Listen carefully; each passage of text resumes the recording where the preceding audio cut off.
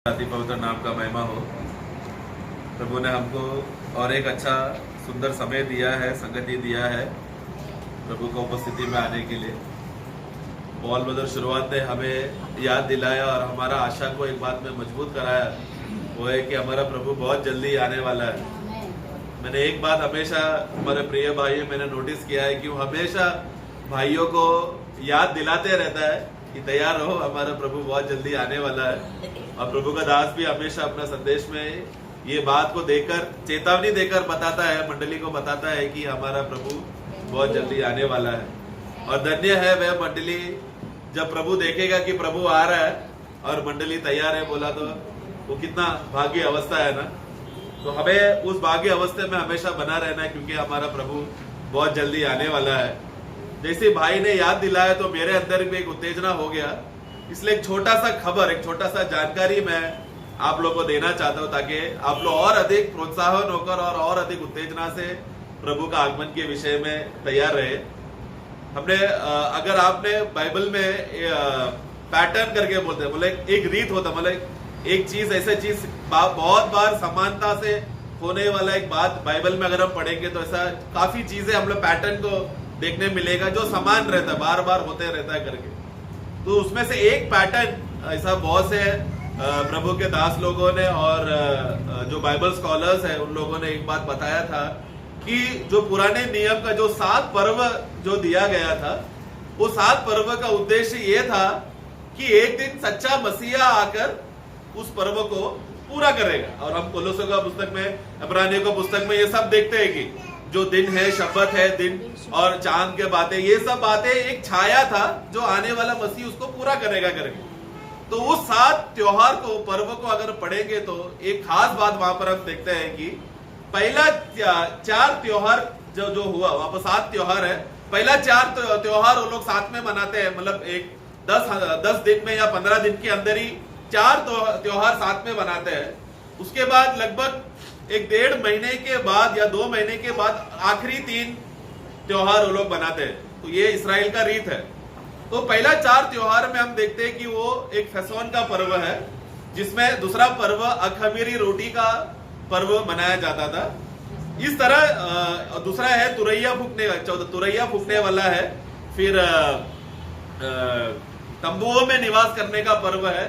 फिर atonement day, एक दिन नियुक्त के सभा बुलाया जाता है, उसमें सभी लोगों का पाप को क्षमा करने, प्रायश्चित दिन, थैंक यू, प्रायश्चित का दिन।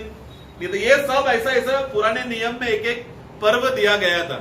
तो जब प्रभु यीशु मसीह जब आया, हम देखते हैं कि उसमें वो फसोन के दिन पकड़ाया गया और अखमीरी रोटी के पर्व में उसको क्रूस में डाला गया।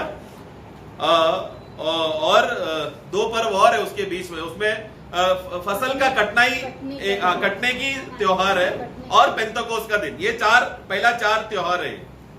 फिर से मैं बोलता हूं, एक है फसोन का पर्व, अखमीरी रोटी का पर्व, फसल का पर्व और है पेंतकोस का पर्व। ये 4 पर्व वो लोग 15 दिन में या 20 दिन में वो लोग साथ में मनाया जाता है। तो ये 4 त्योहार का खासियत क्या हो गया?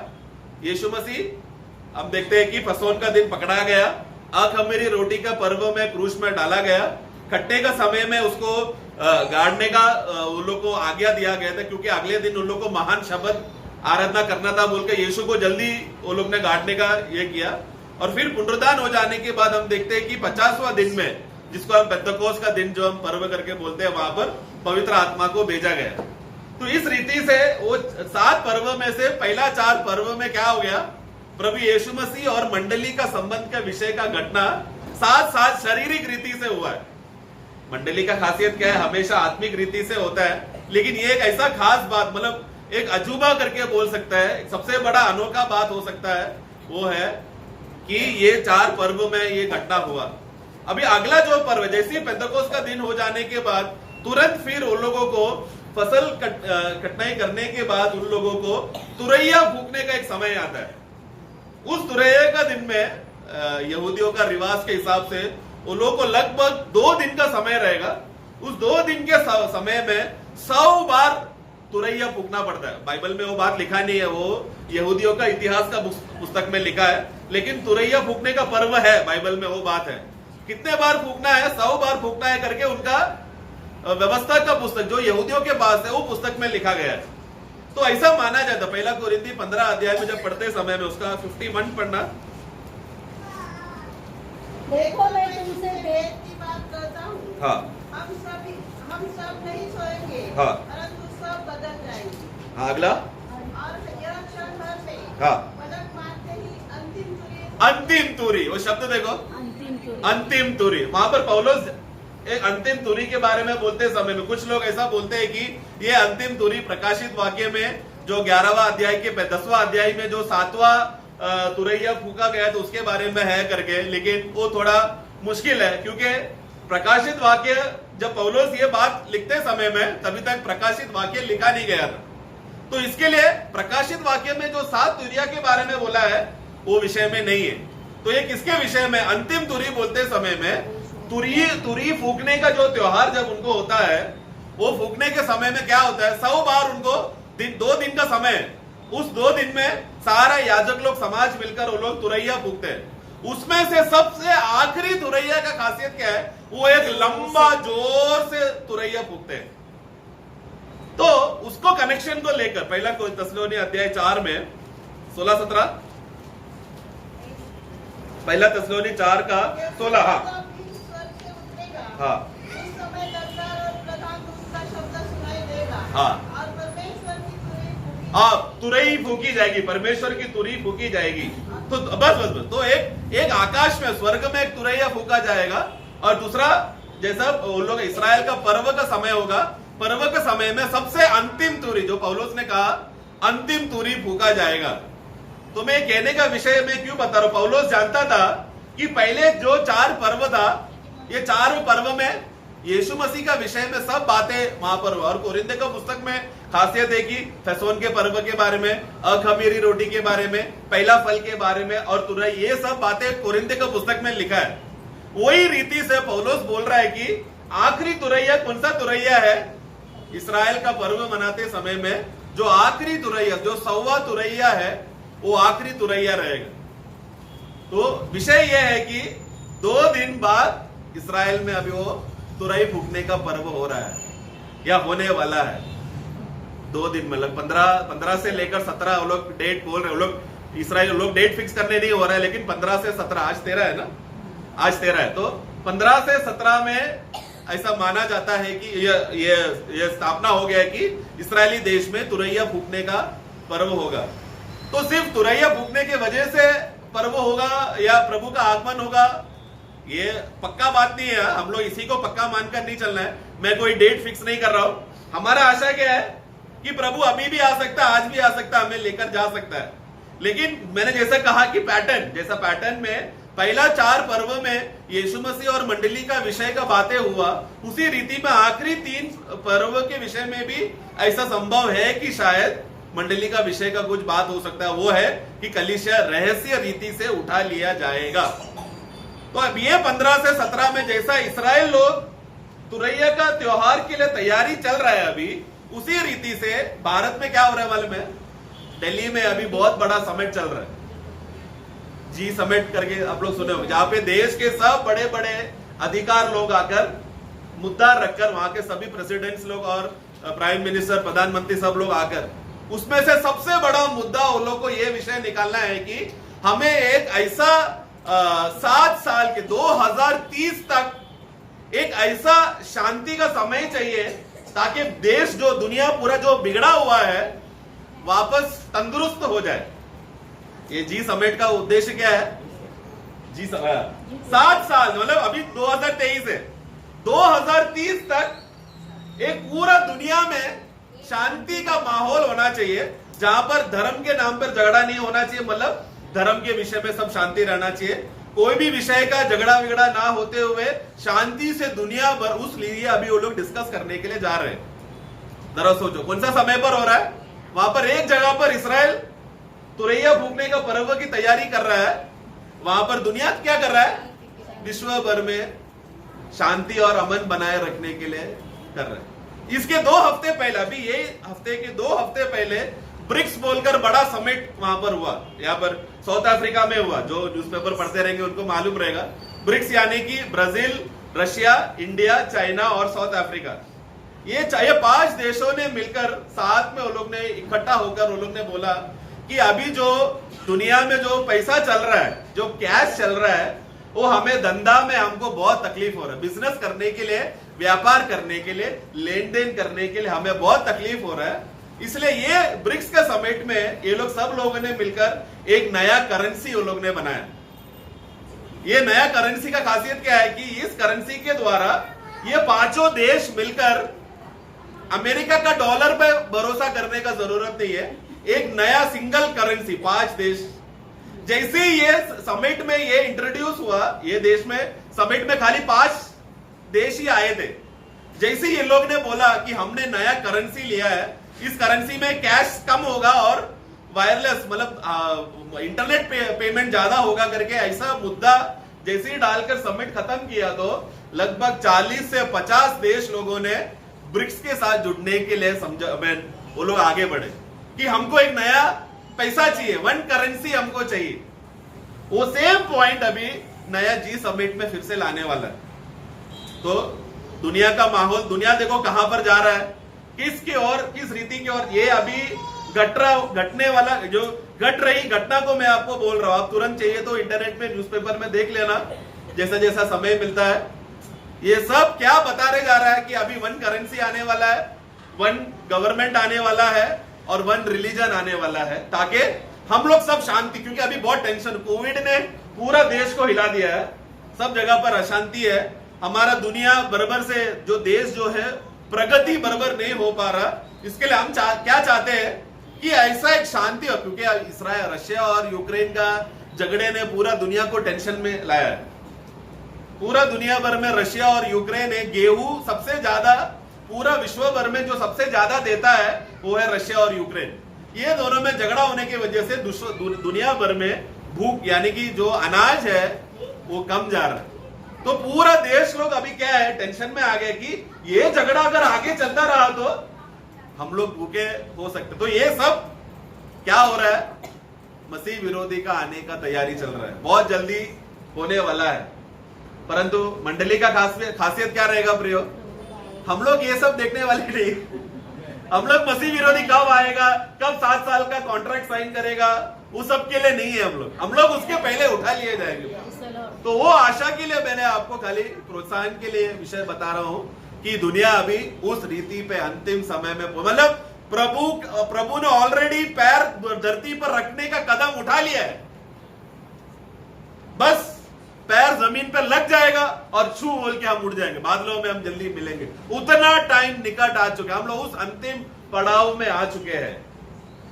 ऐसे समय में प्रियो, हम लोग बहुत जागरूक रीति से, विश्वास योग्यता से हमारा प्रभु का आगमन बहुत निकट है बोलकर समय को सही रीति से इस्तेमाल कर तैयारी में बने रहना है। प्रभु आएगा, आने वाला आएगा, देर नहीं करेगा और हमें बहुत जल्दी लेकर जाएगा प्रियो। उस बहुत बड़ा खुशी और आनंद में हमें रहना है। आज का विषय के लिए लूका का पुस्तक से हम एक वाक्य पढ़ेंगे। लूका का पुस्तक अध्याय 4 वाक्य 8 पढ़ना। यीशु ने उसे उत्तर दिया, लिखा है, तू प्रभु अपने परमेश्वर को प्रणाम कर और केवल उसी की उपासना कर। ऐसा लिखा है, हे शैतान मुझसे दूर हो जा, ऐसा नहीं लिखा है? मराठी में पढ़ो। येशूने त्याला उत्तर दिले, हा. अरे सैताना, हा. माझ्या मागे हो, हा. कारण परमेश्वर तुझा देव याला नमन कर हा. व त्याचीच सेवा कर, हा. असे शास्त्रात लिहिले आहे। ठीक है, हिंदी के लिए मत्ती का पुस्तक अध्याय 4 उसका 10 पढ़ना। तब यीशु ने उससे कहा, हाँ. हे शैतान दूर हो जा, वाक्य उधर आ गया, हे शैतान दूर हो जा, क्योंकि लिखा है, हाँ. तू प्रभु अपने परमेश्वर को प्रणाम कर हाँ. और केवल उसी की उपासना कर। हाँ, प्रेज लॉर्ड। प्रभु का मैं चरित्र को, प्रभु का 33.5 साल का जीवन को मैं ऐसे ही यूं ही परख कर बाइबल में ऐसा पढ़ते पढ़ते जा रहा था। मैंने एक बात मैंने नोटिस किया है कि यीशु 2 जगह पर उन्होंने एक रीति से देखा जाए तो अपना संतुलन खो बैठ के ईश्वरीय जलन से वो जवाब देता है। संतुलन खो बैठना मतलब हमारे जैसा संतुलन खो के गुस्सा के कुर्सी विर्सी टेढ़ा करके वैसा वाला नहीं, एकदम आत्मिक नियंत्रण से यीशु मसीह ने 2 बार गुस्से में आकर एक ऐसा मतलब ईश्वरीय जलन को दिखाने के लिए एक अपना वो भावना, प्रभु अपना भावना को इस्तेमाल करके एक सीरियस बात प्रभु बताना चाहता है। दूसरे बार कहां पर है हमको मालूम है, यूहन्ना का पुस्तक में जब मंदिर का विषय में आते समय में प्रभु ने क्या कहा कि मेरा भवन क्या है, तुम लोग ये परमेश्वर का प्रार्थना करने का ये भवन है, परमेश्वर का ये भवन है, तुम लोगों ने इसको डाकुओं का अड्डा बना दिया। फिर उसका अगला वाक्य में लिखा है, ये प्रभु अपना शारीरिक गुस्से में नहीं, परमेश्वर की जलन से प्रभु ये बात कह रहा था। बोले कि एक ऐसा विषय है कि परमेश्वर का जो मंदिर जो सामने पड़ा था, उस मंदिर के विषय में वहां पर एक ऐसा चीज वहां पर हुआ जो नहीं होना चाहिए था। वहां पर प्रभु क्या किया, ईश्वरीय जलन से जवाब देने लगा। उसी रीति में यहां पर एक घटना, एक ऐसा घटना यहां पर हो रहा है कि एक ऐसा बात शैतान ने कहा जो कहना नहीं चाहिए था। उसका ऊपर का वाक्य पढ़ेंगे, मत्ती का 4 का, यदि तू हाँ, हाँ, 4 का 9, हाँ, मुझे प्रणाम करे, हाँ, तो मैं यह सब कुछ तुझे दे दूंगा। हाँ, तब यीशु ने बस, हाँ, तब यीशु ने उससे कहा, हाँ, हे शैतान दूर हो जा। बस तो वो वहां का भाषा, वहां पर देखो अंग्रेजी, वहां पर एक्सक्लेमेशन मार्क है क्या, हे शैतान मुझसे दूर हो जा, एक्सक्लेमेशन मार्क है क्या? एक्सक्लेमेशन मार्क मतलब इंग्लिश में लिखा है away with you Satan, exclamation mark मतलब अंग्रेजी में बहुत से बातों को जो डॉट कॉमा करके हम लोग को मालूम है ना, वो क्या है, वो भावना को बताने का चिन्ह है। वो जब भी एक्सक्लेमेशन मार्क आता है तो सरप्राइज हुआ या जोर से चिल्ला के बात किया टाइम में एक्सक्लेमेशन मार्क डाला जाता है। तो प्रभु वहां पर शैतान को आके बोल रहा है, तू मुझे दंडवत कर, मेरी आराधना कर, ये सारा दुनिया और उसका मोह माया तुझे मैं दूंगा करके बोलते समय में प्रभु को क्या हो गया, हे शैतान दूर हो जा मुझसे, तू क्या बोल रहा है? क्यों? क्योंकि वहां पर प्रभु का क्या हुआ, ईश्वरीय जलन जलकर ज्वालामुखी जैसा फुट आत्मा में है। प्रभु सब बातें आत्मिक नियंत्रण, हमारा जैसा नहीं है, हम लोग जल्दी शारीरिक, हमारा आत्मिक जलन भी जो हम लोग बोलते हैं वो भी शारीरिक है, हम लोग पहचान नहीं पाते, लेकिन यीशु मसीह वैसा नहीं है। यीशु मसीह का हर बातें आत्मा में नियंत्रित था। तो यहां पर विषय क्या है, शैतान ने वहां पर आराधना के विषय में या दंडवत करके नमस्कार करो करके बोलते समय में उसके बदले में 2 बातें प्रभु वहां पर बोलकर कहता है कि ये दोनों बातें सिर्फ पिता परमेश्वर को करना चाहिए। एक है पढ़ना, उसका 10 का बी पार्ट पढ़ना, तू प्रभु अपने परमेश्वर को प्रणाम कर और केवल उसी की उपासना कर, और केवल उसी की उपासना कर। हिंदी में, ओके, मराठी में पढ़ना। तेव्हा येशू त्याला म्हणाला, अरे सैताना चालता हो, कारण असा शास्त्रलेख आहे की परमेश्वर तुझा देव याला नमन कर व केवळ त्याचीच उपासना कर। उपासना, वहां पर सेवा आना चाहिए, सर्व, उपासना मतलब सेवा करना। इंग्लिश में लिखा है you shall worship your father, यानी कि उसको नमस्कार करना। दूसरा लिखा है कि सेवा करना, सर्व द लॉर्ड, पिता परमेश्वर का ही सेवा करना। अब लोग हमेशा आराधना, इंग्लिश में वर्शिप यानी हिंदी में उसका परिभाषा आराधना करके होता है। तो आराधना और सेवा कर करके शैतान ने क्या बोला, तू मेरा आराधना करेगा तो ये सारा धरती का, दुनिया का सारा मोह और अधिकार जो भी जो मुझे मिला है वो सब मैं तुझे दे दूंगा। उसमें प्रभु का मनोभावना देखो, हमारे प्रभु को किस रीति से, वो एक ऐसा बात प्रभु ने अपना कानों से सुना जो उसको सुनना पसंद नहीं है, क्योंकि वहां पर क्या हो गया, पिता परमेश्वर का निंदा वहां पर हो।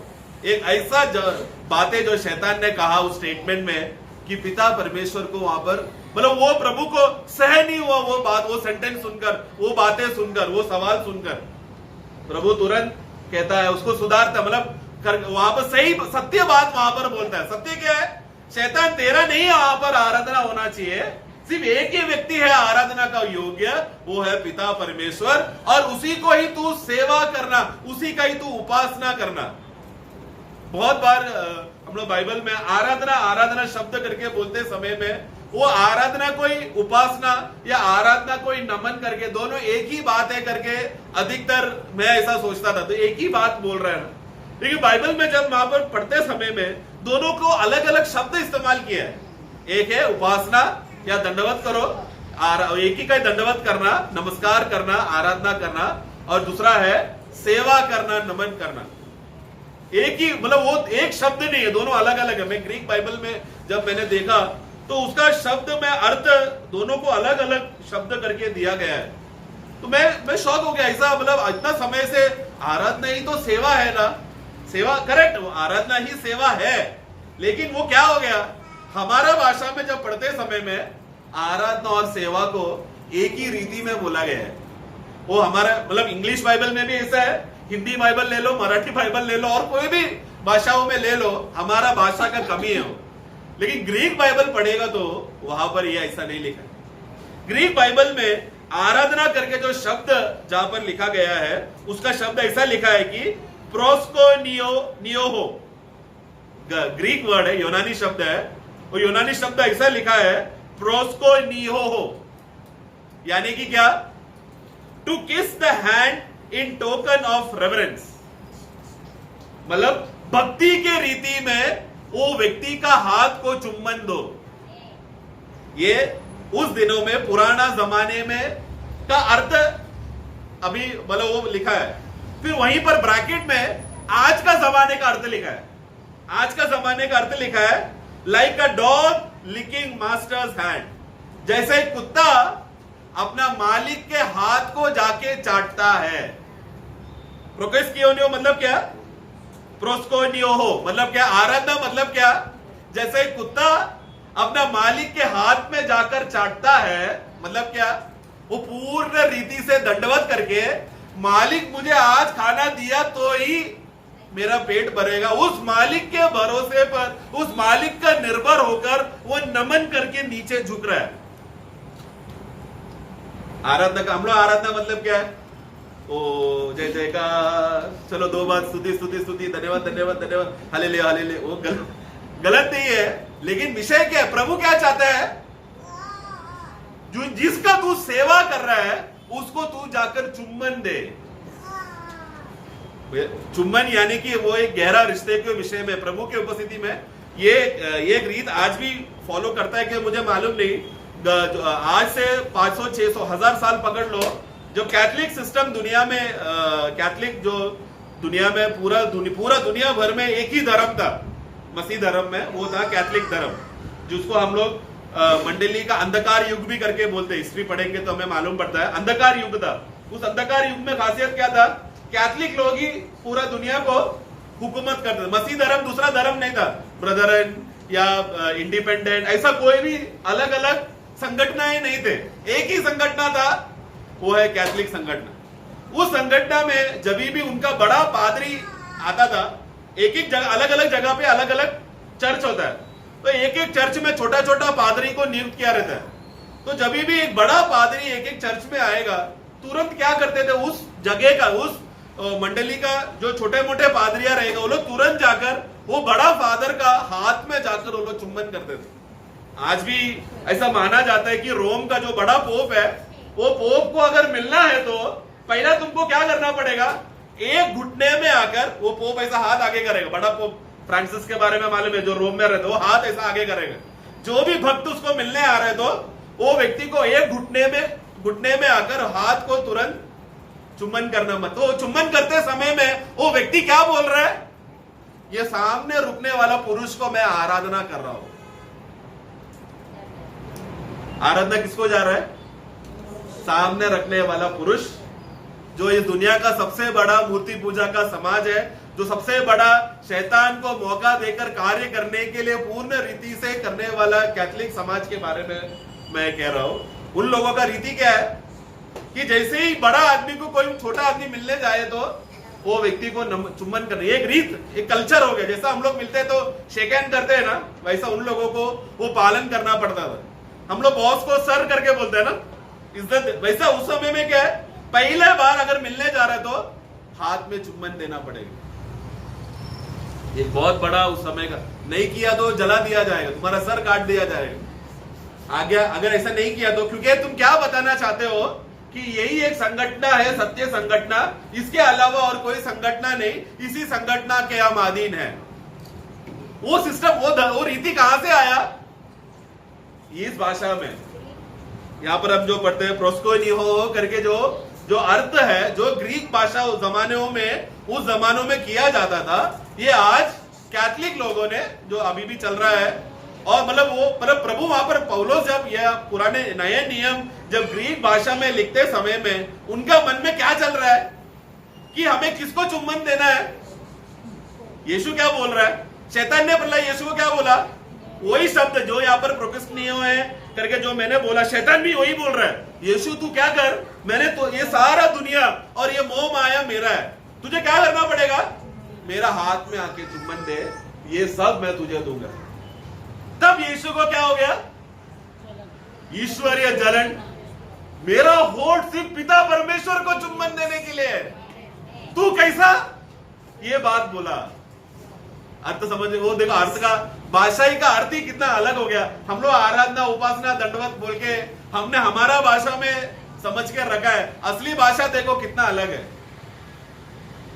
तो चुम्बन करना बोला तो एक बहुत ही खुशी और प्रेम को प्रकट करने वाला स्वभाव का गुण है ये। हम लोग भजन संगीता में वहां पर एक चेतावनी, भजन संगीता 2:12 पढ़ना। हाँ, पुत्र को चुम्बन करो, पुत्र को चूमो। हाँ। ऐसा ना हो कि वो क्रोध करे और तुम्हें मार ही में नष्ट हो जाओ। हाँ।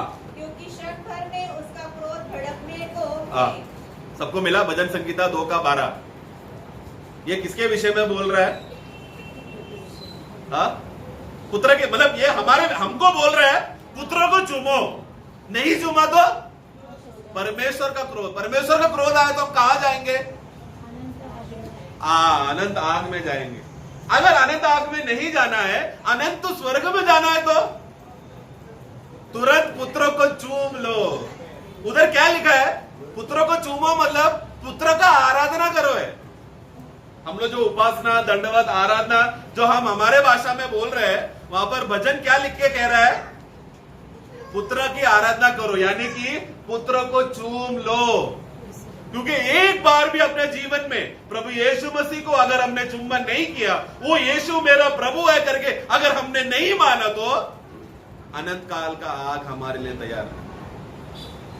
एक मनुष्य, एक बार मृत्यु, फिर न्याय, सारा मनुष्य के लिए नियुक्त करके रखा है। कोई बच नहीं सकता। बचने का एक ही रास्ता है, तुरंत पुत्र को चूम लो। तो यहां पर चूमनो करके बोलते समय में हमारा उद्धार के बारे में कह रहा है। तो चूम लो करके बोलते समय में हमें समझना है, बाइबल जब हमको कह रहा है पुत्र को चूमो करके बोलते समय में, वो किस विषय में कह रहा है? किस विषय में? हमारा उद्धार, हम लोग बच जाए। क्योंकि पुत्र को जिस दिन चूम लिया, उसी दिन स्वर्ग में हमारा नाम जीवन का पुस्तक में आ गया। यूहन्ना 1:12 में क्या लिखता है? जो कोई प्रभु को स्वीकारता है, परमेश्वर का पुत्र होने का अधिकार मिला। 1:12 में ना? हाँ, ग्रहण किया मतलब क्या? मतलब क्या? ये अभी का कॉन्टेक्स्ट में पढ़ समझो। जो कोई भी तुम लोग, कोई भी गांव का हो, कोई भी क्षेत्र का हो, कोई भी भाषा का हो, कोई भी जाति का हो, कोई भी हो, एक बार जिंदगी में पुत्र को चूम लिया, यानी कि स्वीकार लिया, तो आगे अधिकार मिल गया। ऐसा अनुभव हुआ है क्या? पुत्र को चूमा है अपने जीवन में एक बार? क्योंकि जो एक बार चूमेगा वो बार बार, उसका जिंदगी फिर चूमने का जीवन, उसको समय और कुछ नहीं है, क्योंकि मुझे मेरे प्रभु को चूमना है करके उस मनोभावना में हम रहेंगे। चूमना मतलब क्या है? उस उद्धार में, प्रभु का उस प्रेम में विवश होकर उस प्रभु को गले लगाकर बाहों में ले लेना। प्रियो, इससे बड़ा सुंदर और मनोहर बात और कुछ नहीं है हमारा प्रभु। क्योंकि हमें एक बात समझना, हम लोग हमारे बीवी से हम प्यार करते हैं, हमारा माँ बाप से प्यार करते हैं, हम अपना बच्चों से प्यार करते हैं, लेकिन मर जाने के बाद क्या होगा? हम लोग अनाथ हो जाएंगे तभी, है कि नहीं? एक नरक में जाने वाला व्यक्ति क्यों नरक में जा रहा है? क्योंकि यीशु मसीह उसको हाथ में पकड़कर स्वर्ग में लेके जाने उसके पास नहीं है, उसने यीशु को चूमा ही नहीं। उद्धार मतलब क्या है? कि मैं मर गया तो तुरंत मैं स्वर्ग में जाऊंगा। उद्धार मतलब मरते यीशु मसीह को मैंने स्वीकार लिया है, उद्धार हो गया मतलब जिस दिन मैंने ये शरीर छोड़ दिया, मेरा आत्मा और प्राण इस शरीर से निकल गया, मैं अनाथ नहीं हूं। प्रभु ने क्या कहा? मैं तुम्हें कभी अनाथ नहीं छोड़ूंगा। कब? जब तुम अपना प्राण को और आत्मा को अपने शरीर से छोड़ दोगे, तब वहां पर कौन रहेगा स्वीकारने को? प्रभु वहां पर रहेगा। लेकिन पापियों का क्या? कोई नहीं रहेगा। वो लोग अनाथ हो गए, उनको कोई नहीं है बचाने के लिए, कोई नहीं है उद्धार देने के लिए। क्योंकि उद्धार देने का समय कब था? जिंदा रहते समय में तुरंत पुत्रों को चूम लिया होता तो ये नौबत नहीं आता। प्रियो, ये बहुत भयानक बात है ना। हमारे प्रभु ने कितना आसान रीति से हमें ये अवस्था को प्रभु ने हमारे लिए रखा है। अभी विश्वासी हो जाने के बाद प्रभु को चुमते रहना है। ये बातों को चुमता का मतलब क्या है? मन फिरने का अवस्था। हम लोग जैसे ही जब भी हम लोग मन फिरते हैं, हम लोग क्या कर रहे हैं? प्रभु के साथ वही गहरा नाते में आ रहे हैं। वो शुरुआत के दिन में पहले बार जैसा हमने प्रभु को चूमकर प्रभु का प्रेम में वापस आया, मन फिरना मतलब क्या है? वापस उसी रीति में हम आ रहे हैं। प्रभु हमसे बार बार प्रेम करता है। प्रभु बार बार हमसे प्रेम करके वो अपना कुशलता अपना हम लोग वो हमसे कितना खुश है, कितना आनंद है वो प्रकट कर रहा है कि नहीं? परंतु उतना ही नहीं, हम लोग उड़ाऊ पुत्र का कहानी मालूम है ना? सब बाइबल में ले रहा नहीं, वचन आप लोग को मालूम है। इसके लिए वहां पर क्या हम देखते हैं? जब वो बेटा सब बातों को लूट कर वापस आते समय में क्या वहां पर हुआ? पिता भागकर आकर उसको चुम्बन किया। पढ़ेंगे क्या वाक्य? लूका का पुस्तक 15 का 20। तब वह उठकर अपने पिता के पास चला। वो अभी दूरी था कि उसके पिता ने उसे देखकर तरस खाया और दौड़कर उसे गले लगाया और बहुत चूमा। मतलब बेटा क्या किया? वो क्या सोचकर आ रहा था? वो मन फिरने के लिए पिता के पास आ रहा था, है कि नहीं? लेकिन हमारा प्रभु ने क्या किया? उसको रिटर्न में चुम्मा दिया, है कि नहीं? ये चुम्मा किसको मिलने वाला है मालूम है? जो एक बार परमेश्वर के पुत्र हो गए उनको ही मिलेगा। क्योंकि बेटे को दिया, नौकर को दिया गया। मेरा बेटा वापस आया बोलकर नौकर को चुमने गया क्या? नहीं, वो चुम्मा सिर्फ और सिर्फ उसके बेटे के लिए था। यो हमारा प्रभु वहां पर हमारे लिए, जब भी हम लोग प्रभु से रूठ कर या हम लोग शारीरिक हो गए या हम लोग संसार के मोह में चले गए, प्रभु से दूर हो गया, मतलब क्या? उस प्रेम से हम लोग जो प्रभु ने हमको विवश करके लाया तो उससे दूर हो गया, तो भी प्रभु हमें छोड़ेगा नहीं, वो हमें त्यागेगा नहीं, वो हमें नकारेगा नहीं। वो क्या करेगा? इंतजार करते रहेगा कब वापस आएगा। और दूर से जब वो देख लिया कि हम लोग पलट के वापस आ रहे, तो हम लोग पहुंचने से पहले प्रभु हमारे पास पहला पहुंचेगा। वो बेटा बहुत कुछ मतलब पिता को पटाने के लिए बहुत ट्राई किया। हे पिताजी, मैं आपका बेटा होने के लिए लायक नहीं। उतना ही बोला खाली, मुझे नौकरों में से गिन लो, वो बोलने दिया नहीं पिता ने।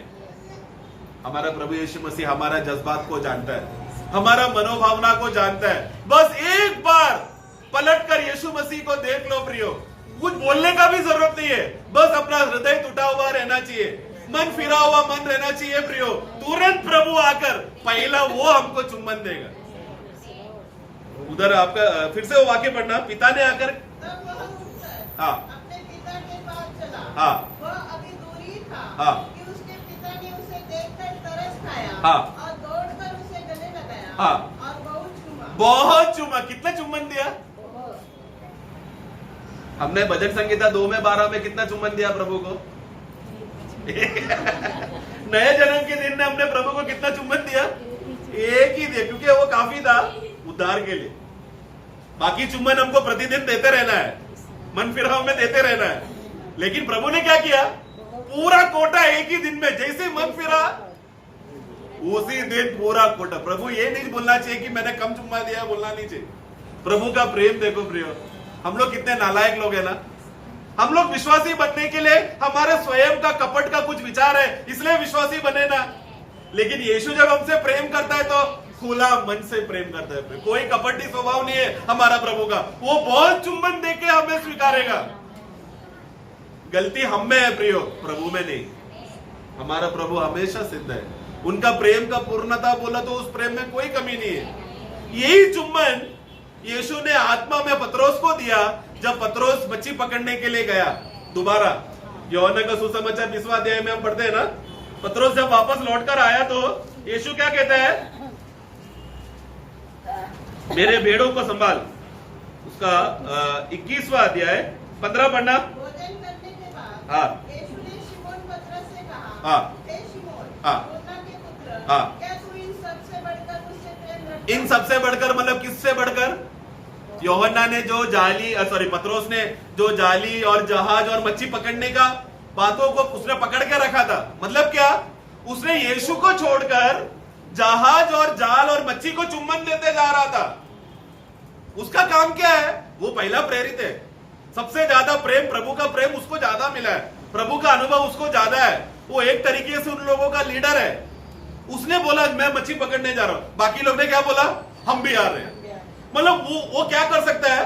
बातों को, लोगों को लेकर जा सकता है, क्योंकि वो लीडर है। प्रभु इसलिए क्या किया? उसको ही मन फिरा कि उसको ही अपने टीम, प्रभु का टीम में पहला उसको ले लिया। जब पतरस प्रभु का टीम में आ गया तो बाकी लोगों को भी चुम्बन चाहिए। सब लोग साथ में मिलकर मच्छी और रोटी खाए। मतलब क्या?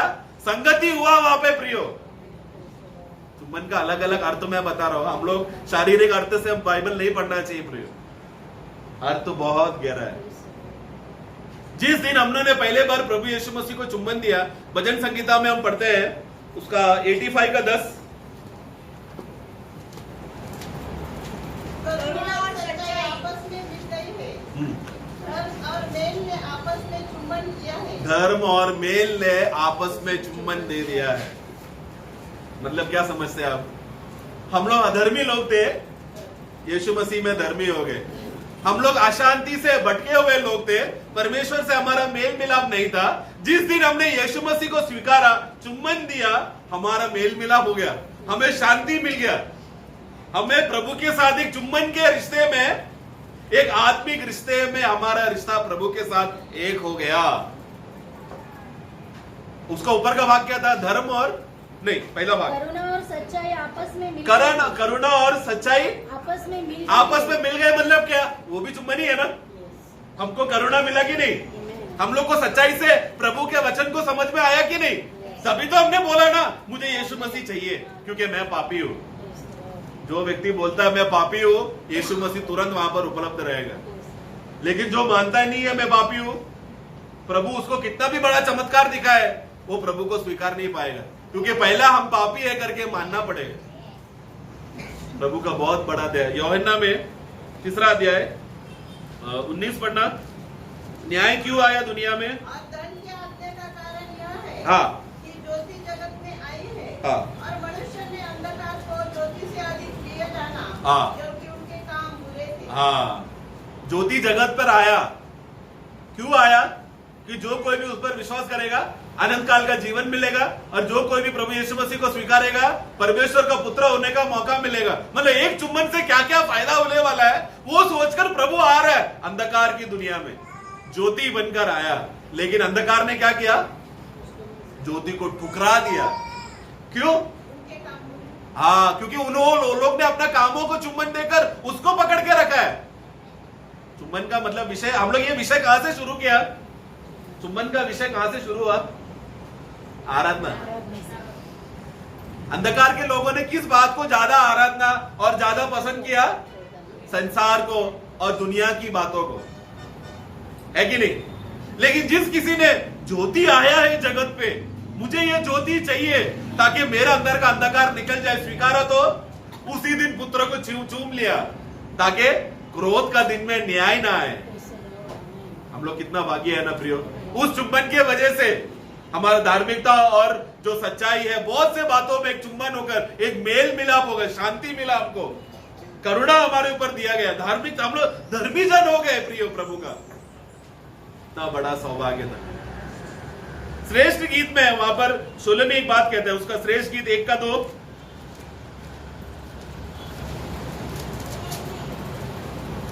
वह अपने मुंह के चुम्बनों से हाँ। मुझे चूमे, हाँ। क्योंकि तेरा प्रेम दाख मधु से उत्तम है। क्योंकि तेरा प्रेम, तेरा होठ नहीं तेरा प्रेम है ना, वो वाक्य समझा क्या? शोलेमी क्या बोल रहा है? मुझे बहुत से चुम्बन दो क्योंकि तुम्हारा होठ मधु से मीठा है, इसके लिए क्या? तेरा प्रेम प्रेम दाख मतलब चुम्बन मतलब क्या है प्रियो? प्रेम है। अगर प्रभु ने हमको चुंबन दिया और हमने प्रभु को चुंबन दिया, मतलब क्या है? हम प्रेम में भर गए, प्रेम में हम विवश हो गए, फिर प्रेम हमको नियंत्रण करेगा। ऐसा अनुभव होता है क्या? सवेरे उठते समय में जब हम लोग ऊपर की ओर देखकर हे प्रभु धन्यवाद आज का दिन दिया बोलते समय में क्या हो रहा है वहां पर? उस दिन वो समय में हम अपना प्रभु को चुंबन देकर दिन में हम प्रवेश कर रहे हैं। तब क्या हो रहा है? वो प्रेम से हम विवश हो गए। फिर वो प्रेम क्या करेगा? पूरा दिन हमें कैसा चलना चाहिए, क्या क्या कार्य करना चाहिए, वो विवश से हम करेंगे, है कि नहीं? आत्मा का नियंत्रण नहीं है तो सब शारीरिक होगा ना। हमारा प्रभु हमसे कितना प्रेम करता है, उस प्रेम को कोई, उसका गहराई, ऊंचाई, लंबाई, चौड़ाई कोई माप नहीं सकता प्रेम। बस एक बार उस पुत्र को चूम लो, एक बार प्रभु यीशु मसीह के साथ उस गहरा रिश्ते में जुड़ जाओ, प्रियो हम लोग बहुत धन्य हो जाएंगे। प्रभु एक बार एक धनवान, एक फरीसी के घर पे गया, उसका नाम है शिमोन। वहां पर पापनी स्त्री आकर उसका सेवा करने लगा। तो शिमोन मन में क्या सोच रहा है? अगर सचमुच ये मसीहा होता तो ये जान लेता था कि जिस स्त्री इसको छू रहा है वो एक पापनी स्त्री है कि नहीं? अंदर खोट भरा हुआ है शिमोन के, मतलब विरोध कर रहा है। व्यवस्था का हमेशा स्वभाव क्या है? बुरा बोलते रहना, गलतियां निकालते रहना। यीशु मसीह कौन है? प्रेम शिमोन के घर में प्रवेश किया है। शिमोन क्या सोचा? यीशु अगर मेरे घर में आ गया तो सारे फरीसियों के सामने मेरा नाम बढ़ जाए, क्योंकि यीशु उस समय का बड़ा सुपरस्टार था ना, उस समय का सबसे फेमस आदमी था यीशु। जिसके घर में यीशु जाएगा वो घर धन्य हो जाए, क्योंकि अरे तेरे घर में यीशु आया, अरे अरे अरे मुझे भी यीशु को मेरे घर में ला। वो लोग क्या सोच रहे हैं? शारीरिक बातें सोच रहे हैं, है कि नहीं? बाजू में कोई भी चमत्कार बाबा घर पे आएगा तो हम, कोई बाबा आया तो हम क्या बोलेंगे? वो बाबा को मेरे घर में भेजो ना। यीशु के नाम पे वो प्रार्थना करेगा, मेरा घर का सारा पनौती निकल जाएगा। इधर कोई नहीं करता ऐसा, गांव गांव में जाओ ऐसे ही होता है। तांत्रिक लोग यीशु का नाम लेकर आते हैं, क्या करने के लिए? प्रार्थना करने के लिए। वो लोग के घर में यीशु नहीं है। दूसरा, झूठे झूठे भविष्यवक्ता लोग को घर में जल्दी बुलाएंगे वो लोग। क्यों? ये प्रार्थना करेगा तो मेरी बूढ़ी माँ जिंदा हो जाएगी, मेरी बूढ़ी माँ बीमार है, यीशु के नाम में प्रार्थना कर लो चंगा हो जाएगी। बीमार हुआ व्यक्ति को क्या चाहिए प्रियो? यीशु मसीह चाहिए, चंगाई नहीं चाहिए। प्रभु का इच्छा है तो चंगाई करेगा, वो आगे की बात है। लेकिन वो मर रहा है, वो अभी मर गया तो वो अनाथ हो जाएगा। अनाथ के बारे में उसको टेंशन नहीं है। हम क्या सोचते हैं? बस माँ ठीक हो जाए, या कोई भी विषय में हम लोग क्यों प्रार्थना करते हैं? मेरा टेंशन हट जाए, मेरा बेटे को नौकरी लगे, उसका एग्जाम पास हो जाए, मेरा घर, मुझे बड़ा घर बनाना है, मुझे नया कार चाहिए। ये सब बातों में हम यीशु को प्रार्थना कर रहे हैं। मतलब हम लोग किसको चुम्बन दे रहे हैं? मतलब प्रभु को नहीं कर रहे, क्योंकि ये सब किसका है कि नहीं? प्रभु ने क्या किया शैतान को? मतलब वो उसके साथ समझौता नहीं किया, कॉम्प्रोमाइज नहीं किया। थोड़ा देता हो, तू मुझे आधा दे दे। नहीं नहीं नहीं, यीशु को बुरा लगा कि उसका मन में क्या चल रहा है यीशु जान गया। पढ़ना लूका का पुस्तक उसका 7 का 45। तूने मुझे चूमा न दिया, पर जब से मैं आया हूँ तब से इसने मेरे पाँव को चूमना न। तूने मुझे चुम्बन नहीं दिया मतलब क्या? प्रेम तेरे घर में प्रवेश किया है।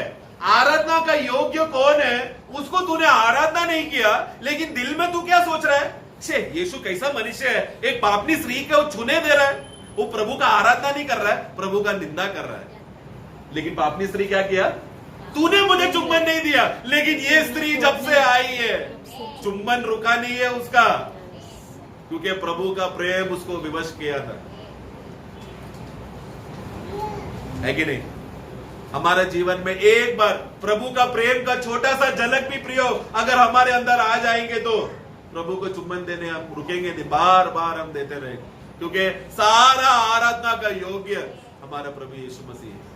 सारा स्तुति, महिमा, प्रशंसा और आदर स्वीकारने का योग्य प्रभु यीशु मसीह है। प्रियो, हमने प्रभु ने जो होठ हमको दिया है वो हमारा स्वयं का संसार की बातों के लिए इस्तेमाल करने के लिए नहीं है प्रियो। ये होठ सिर्फ और सिर्फ मेरा मालिक प्रभु यीशु मसीह को चूमने के लिए। उस पुत्र को चूम लो कि क्रोध का दिन तेरे ऊपर हावी ना हो जाए।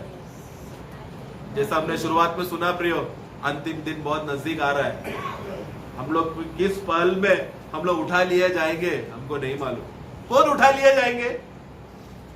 जिसने जीवन में एक बार, कम से कम एक बार यीशु मसीह को चुम्बन दिया है, वो उठा लिया जाएगा। उठा लिए जाने के बाद क्या होगा? दूसरा कोरिन्थी 5:10, हर एक को अपना काम के हिसाब से, मतलब वो क्या काम है? यीशु मसीह को दुनिया में रहते समय में कितने बार तुमने चुम्बन दिया, उसका प्रतिफल उनको मिलने वाला है कि नहीं? हमने प्रभु यीशु मसीह को आज के दिन कितने बार चुम्बन दिया, उसका लेखा खुला जाएगा, पुस्तकें खोली जाएगी। सब लोग देखेंगे, अरे पौलुस ने ये दिन में कम से कम 100 बार चुम्बन दिया है, मैंने कितने बार दिया? मेरे को मेरा काम में बहुत बिजी था प्रभु, मेरे को टाइम नहीं मिला, मेरा बेटे का एग्जाम है, ये काम है, वो काम है, बहुत बिजी प्रभु। आज मुश्किल से मीटिंग में मैं आया, क्यों? हाजिरी दिया नहीं तो अगले दिन प्रभु का दास घर में आएगा।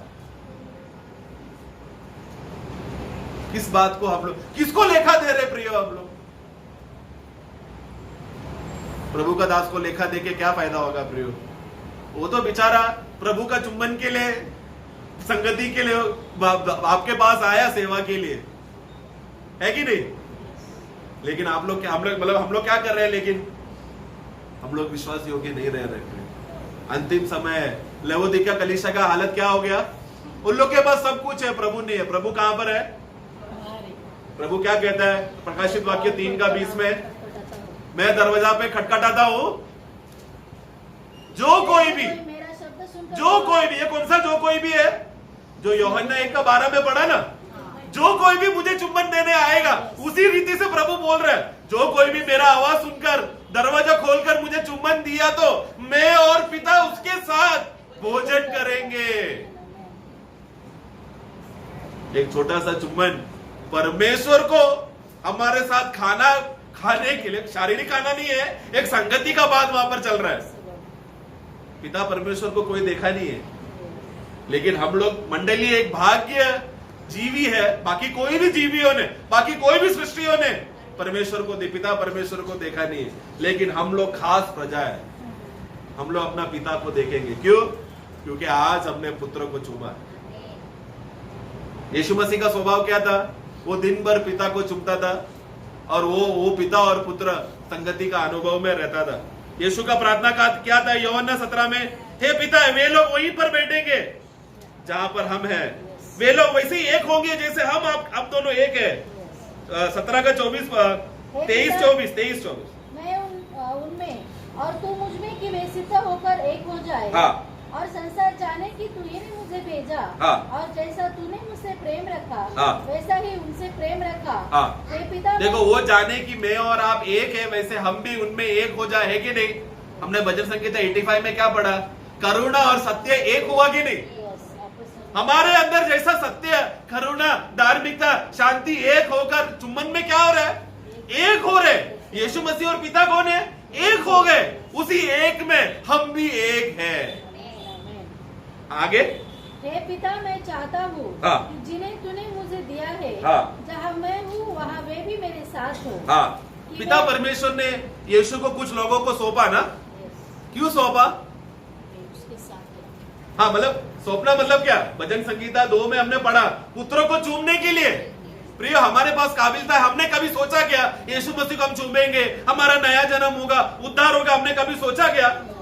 पिता परमेश्वर ने हमें पाप के दलदल से उठाकर क्रूस में यीशु मसीह के साथ एक किया। वो एक हुए लोगों ने क्या किया? तुरंत पुत्रों को चूमा, है कि नहीं? स्टार्टिंग में सिस्टर ने बोला था ना, वो 2 चोर लोग क्या किया? उस मसीहा को चूमने के बजाय उनको बाकी लोगों के साथ यीशु का निंदा करने में वो 2 चोर लोग ने भी निंदा किया, लेकिन एक को बाद में मन फिरा हुआ है, प्रभु मुझे याद रखना जब तू राज्य में। उसने पुत्रों को चूम लिया, है कि नहीं प्रियो? हम लोग अपना जीवन का अंतिम समय में प्रभु कब आएगा, लेकर जाएगा, हमको नहीं मालूम, लेकिन हमारा समय प्रभु ने क्यों दिया हमको? जिंदगी में एक बार चुनने वाला व्यक्ति स्वर्ग में जाएगा पक्का, लेकिन प्रतिफल बार पाना है तो बार बार चुम्बन देना पड़ेगा। यीशु मसीह हमारा घर में क्यों आया? शिमोन का जैसा कंप्लेंट सुनने के लिए? मार्ता क्या बोल रही है? हे यीशु, मरियम को बोल मेरा आकर मेरा मदद करने, मैं बहुत काम करके थक गई हूं। यीशु क्या बोल रहा है? उसने अच्छा अंश सुना है, तूने ऐसा नहीं किया। तू बहुत बातों पे विचलित है, तू यीशु को चुमने के बजाय बाकी बातों में तू बिजी है। लेकिन मरियम ने प्रभु का घुटने में रहकर, जैसा वो पापनी स्त्री ने बार बार प्रभु के पैर में चुम्बन देती रही, वैसा मरियम भी प्रभु के पैर में बैठकर वचन सुन सुनकर प्रभु को चुम्बन देते जा रहे हैं। उसी रीति से प्रियो, हम लोग जब आत्मा में वचन सुनते रहेंगे तो बार बार प्रभु को चुम्बन देते रहेंगे। इतना बड़ा सौभाग्य मिला प्रियो। उस प्रभु का मनुष्य बनकर आना पड़ा और हमने प्रभु को चुमा क्या? हमने चुमा नहीं प्रियो, हमने उसको थप्पड़ मारा, हमने उस मुंह पर थूका, हमने उस मुंह पर पत्थर मारा, हमने उसका चेहरे को ढककर मारकर बोला, बता किसने तुझे मारा, उसका मजाक बनाया। लेकिन वो यीशु ने एक बार भी पलटकर बदले का भावना नहीं रखा, क्योंकि अगर बदले का भावना रखा होता प्रियो, हमको चुंबन देने का मौका कभी नहीं मिलता, हम लोग पक्का क्रोध में मर जाते थे। लेकिन प्रभु का सौभाग्य, प्रभु ने हमारे लिए धीरज रखा है। प्रभु का आगमन का देरी का कारण क्या है? वो धीरज से हमारा इंतजार कर रहा है, क्योंकि जब आखिरी व्यक्ति अन्य जाति के लिए नियुक्त किया गया, आखिरी व्यक्ति मसीह ही बन जाएगा, यानी कि यीशु मसीह को चूमकर प्रभु का मंडली में एक हो जाएगा, तुरंत तुरैया फूकी जाएगी। वो दिन कब है हमको नहीं मालूम प्रियो, लेकिन कभी भी हो सकता है। हमारा इच्छा क्या होना चाहिए? हमारा जवाब शैतान को हमेशा देने के लिए होना चाहिए। शैतान तू संसार और मोह ये सब करने के लिए आएगा, लेकिन हमें चूमने के लिए तेरा हाथ नहीं चाहिए हमको चूमने के लिए, क्योंकि ये होठ पिता परमेश्वर को चूमने के लिए, ये होठ प्रभु यीशु मसीह को चूमने के लिए। अगर प्रभु यीशु मसीह हमें चूमने के लिए स्वर्ग को छोड़कर नीचे आकर नम्र हुआ, दास हुआ होकर अपने आप को नम्र कर रहे हैं, तो हमें कितना अधिक नम्र होना चाहिए। हम लोग मंडली में झगड़ा करते हैं, मंडली में मैं बड़ा हूं, तू बड़ा नहीं, मैं बड़ा हूं, झगड़ा चल रहा है मंडली में। यीशु मसीह झगड़ा करने नहीं आया, यीशु मसीह प्रेम और मेल मिलाप के लिए आया। प्रभु ने कितना बड़ा सौभाग्य दिया है प्रियो, हमें ये बात समझे प्रियो, सच्चा मन से हम लोग ग्रहण करें। अगर आज यहाँ पर कोई है जिसने प्रभु को एक बार भी चुम्बन नहीं दिया है, तो प्रियो आज का डेट आप लिख के रखो, शायद कल का दिन आपको नहीं मिलेगा। प्रभु अगर आज रात को आ गया, आप अनाथ हो जाएंगे, कोई नहीं बचा पाएगा आपको। वो धनवान व्यक्ति लाजरस को रोज ठट्टा उड़ाता था, कोई मदद नहीं किया उसको। जब वो मर गया तो लाजरस का उंगली को इतना चाहा, लेकिन अब्राहम कहता है गया, चांस गया तेरा, अभी तक को चांस नहीं मिलेगा, क्योंकि जिंदा होता तो वो चांस मिलता था, लेकिन अभी चांस नहीं। प्रिय मर गया तो चांस खत्म। हम लोग अंतिम, इसलिए इस पल भर में कभी भी प्रभु आ सकता है बोलकर उस मनोभावना में तैयार रहकर हमारा होठ सिर्फ और सिर्फ प्रभु के लिए इस्तेमाल हो सके, हमारा आंखें सिर्फ और सिर्फ प्रभु की बातों को देख सके, हमारा कान सिर्फ प्रभु की बातों को सुन सके, हमारा जीभ प्रभु को चख सके। चक्कर जानो यहोवा कितना भला है। एक एक अंग प्रभु ने क्यों हमको दिया है? प्रभु के लिए, प्रभु को और अधिक पाने के लिए प्रभु ने अंग दिया है प्रियो, है कि नहीं? समय हो गया, ज्यादा ले लिया, विषय तो बोलने के लिए बहुत सारा था, लेकिन प्रभु हमें वचन से आत्मा में भरकर प्रेम का संदेश दिया, उसके लिए प्रभु धन्यवाद। प्रियो, हम लोग हमेशा प्रभु का आगमन के लिए हम लोग तैयारी में रहे, हम लोग समर्पण करके जिए प्रभु, क्योंकि हम लोग कोई भी योग्य नहीं है। हमें रोज प्रभु का चुम्बन चाहिए। ऐसा कोई नहीं बोलना कि मैं आज चुम्बन प्रभु को नहीं दूंगा, आज मैं मन फिराऊंगा नहीं, ऐसा मत बोलना प्रियो, बहुत बड़ा धोखा है। आज पवित्र जीवन नहीं जिएगा चलेगा, ऐसा नहीं बोलना प्रियो। हमें रोज पवित्र जीवन जीना है, हमें रोज मन फिरा के जीना है, हमें रोज संगति में आना है। एक वाक्य रोमियो का पुस्तक 16 का 16, आपस में पवित्र चुम्बन से नमस्कार करो। बस पौलुस का इच्छा क्या था? भाई लोग जब एक दूसरे को मिलेंगे तो जैसा तुमने व्यक्तिगत जीवन में यीशु मसीह को चुम्बन दिया, वैसे ही तुम लोग साथ में मिलेंगे तो आपस में पवित्र चुम्बन से एक दूसरे को मिलना। पवित्र चुम्बन मतलब क्या? उस प्रेम में एक दूसरे के साथ संगति में रहना। हमारा भाईचारे का मतलब क्या है प्रियो? हम लोग आप एक दूसरे को संगति दे रहे, मतलब एक दूसरे का आराधना नहीं कर रहे, पिता का प्रेम में विवश होकर जैसा प्रभु हमसे प्रेम किया वही प्रेम एक दूसरे को हम ट्रांसफर कर रहे हैं। हम लोग जब प्रेस लॉर्ड बोलते हैं तो क्या कर रहे हैं? आत्मिक चुंबन हो रहा है, एक पवित्र चुंबन हो रहा है। क्यों? उसको महिमा किसको मिलेगा? पिता परमेश्वर को वो महिमा मिलेगा। देखो भाई लोग एकत्र हुआ है, कितना शुभ और मनोहर है ना। भजन संहिता 133 का एक प्रियो, आज वो शुभ और मनोहर का दिन है। आज का दिन यहोवा ने क्यों दिया है? मसीह में आनंदित होने के लिए दिया है, मसीह का आनंद और खुशी में बने रहने के लिए दिया है। प्रियो, एक दूसरे को पवित्र चुंबन है, मतलब प्रेम में एक दूसरे के साथ बने रहे। प्रभु का आगमन तक प्रियो हम लोग विश्वासियों के दास बने रहने के लिए प्रभु हम सबको सहायता करें।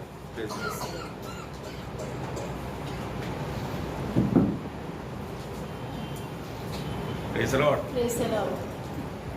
बैठे बैठे आपको चुंबन दिया रहता है। जैसे अपन बैठे बैठे बंद कमरे में जाता है, चलते चलते बंद कमरे में जाता है, ऐसा। लेकिन एक बात मैं आपको बताऊं, ओरिजिनल चुंबन है, क्योंकि चुंबन में डुप्लीकेट चुंबन भी है, ठीक है ना? हाँ, यहूदा इसके लिए होता, ठीक है ना? यहूदिया उसके लिए होता है चुंबन दिया। लूका 22:48 में प्रभु ने बोला तुम चुंबन से क्या कर दिया? मनुष्य को पकड़वाता है ना? और योआब ने मानो अपने को चुंबन दिया, चाकू घुसा दिया। देखा, ऐसा नहीं। अपना जीवन में वास्तव में सच्चा दिल से जब हम प्रभु की उपस्थिति में आते हैं, फिर हम प्रभु के आगमन का निकटता में इतना पढ़ लिया तो एक शब्द में आपको पढ़ाना चाहूँगा, क्योंकि हम प्रभु के आगमन का निकटता में मत्ती की सुसमाचार उसका 24 अध्याय उसका 42 से 51, मैथ्यू चैप्टर 24 42 to 51। इसलिए जागते रहो, क्योंकि तुम नहीं जानते कि तुम्हारा प्रभु किस दिन आएगा। आज आएगा, क्योंकि हम कभी आगे। परंतु यह जान लो कि यदि घर का स्वामी जानता हो कि चोर किस पहर आएगा तो जागता रहता और अपने घर में सेंध लगने न देता। इसलिए तुम भी तैयार रहो। इसलिए देखा, तुम जानते नहीं, तैयार रहना। और आगे, क्योंकि जिस घड़ी के विषय तुम सोचते भी नहीं हो उसी घड़ी मनुष्य का पुत्र आ जाएगा। अतः वह विश्वास योग्य और बुद्धिमान दास कौन है जिसे स्वामी ने अपने नौकर चाकरों पर सरदार ठहराया कि समय पर उन्हें भोजन दे। धन्य है वह दास जिसे उसका स्वामी आकर ऐसा ही करते पाए। मैं तुमसे सच कहता हूँ कि वह उसे अपनी सारी संपत्ति पर अधिकारी ठहराएगा। परंतु यदि वह दुष्ट दास सोचने लगे कि मेरे स्वामी के आने में देर है और अपने साथी दासों को पीटने लगे और पियकड़ों के साथ खाए पिए, तो उस दास का स्वामी ऐसे दिन आएगा जब वह उसकी बाट न जोहता हो और ऐसी घड़ी जिसे वह न जानता हो, तब वह उसे भारी ताड़ना देगा और उसका भाग कपटियों के साथ ठहराएगा। वहाँ रोना और दांत पीसना होगा। देखिए प्रियो, हम लोग निश्चय जानता है कि हम प्रभु के आगमन का एकदम निकट में, बहुत ही निकट में, लेकिन जो वास्तव में तैयार है, तैयार रहने के लिए बोला, तैयार है तो कैसी अवस्था में होना चाहिए? अपना जिम्मेवारी निभाते हुए, प्रभु से पाया हुआ जिम्मेवारियों को निभाते हुए। हर एक लोगों को प्रभु ने जिम्मेवारी दिया है, तो वो जिम्मेवारी भी हम कैसे करता है? एक और जब गलातियों उसका 6 अध्याय का 7 से 10 वचन, गैलेशियन चैप्टर 6 verse 7 to 10। धोखा न खाओ। देखा, धोखा, ये दुनिया धोखा ही देगा, इसलिए हमें से कोई धोखा ना खाना। परमेश्वर ठट्टों में नहीं उड़ाया जाता, क्योंकि मनुष्य जो कुछ बोता है, देखो रोज बोता है। अभी मैं इधर से बोल रहा है तो क्या कर रहा है? बो रहा हो। बीज बोने वाला क्या बोया? वजन बोया। इधर भी बोला है, जो भी करता है बो रहा है। वो कैसे बोता है? वही काटेगा, क्योंकि जो अपने शरीर के लिए बोता है वह शरीर के द्वारा विनाश की कटनी काटेगा। देखा, शरीर के लिए बोने वाला विनाश का कटनी काटेगा। और जो आत्मा के लिए बोता है, आत्मा के लिए बोता है। सुनो, में किसके लिए बोता है? शरीर के लिए बोता है या आत्मा के लिए बोता है? कल भी हमने देखा था, हमारा हर एक काम परखा जाएगा। हमने कैसे काम किया? शरीर के लिए तो फिर विनाश, आत्मा के लिए तो अनंत का फायदा है ना। बोने वाला कैसा बोता है ना? हम 6 प्रकार का वस्तु है, सोना चांदी बहुमूल्य पत्थर, लकड़ी घास भूसा। देखा, जो शरीर के लिए है लकड़ी घास भूसा, जो आत्मा के लिए है सोना चांदी और बहुमूल्य पत्थर प्रतिफल मिलेगा। कितना धन्य बात है, हमारे ये छोटा सा जीवन में जो मिला हुआ ये मौका कभी भी नष्ट नहीं करना, है ना। हम वास्तव में ये दुनिया में आराधना के योग्य एकमात्र व्यक्ति प्रभु यीशु मसीह है ना। कोई स्वर्गदूत आराधना के योग्य नहीं, कोई भी मनुष्य आराधना के योग्य नहीं, है ना। ये दुनिया का कोई नेता कोई आराधना के योग्य नहीं, सिर्फ हमारे यीशु मसीह है ना। तो इसलिए हमेशा हम प्रभु को चुंबन देते हुए, प्रभु का आराधना करते हुए, प्रभु की बातों पर मन लगाते हुए चलना कितना धन्यवाद है। बहुत ही अच्छा विषय था, बहुत अच्छा रीति में पवित्र आत्मा ने हमें वो बात को सुनाया, प्रभु दास को प्रभु ने इस्तेमाल किया, उसके लिए प्रभु धन्यवाद देता है। आने वाले दिनों में और भी प्रभु अधिक इस्तेमाल करें। सुना हुआ लोगों पर प्रभु ने अनुग्रह उंडेला, सारा महिमा प्रभु को मिले। तो यहाँ तक प्रभु ने बहुत आशीष देकर चलाया, प्रभु को सारा महिमा देता है।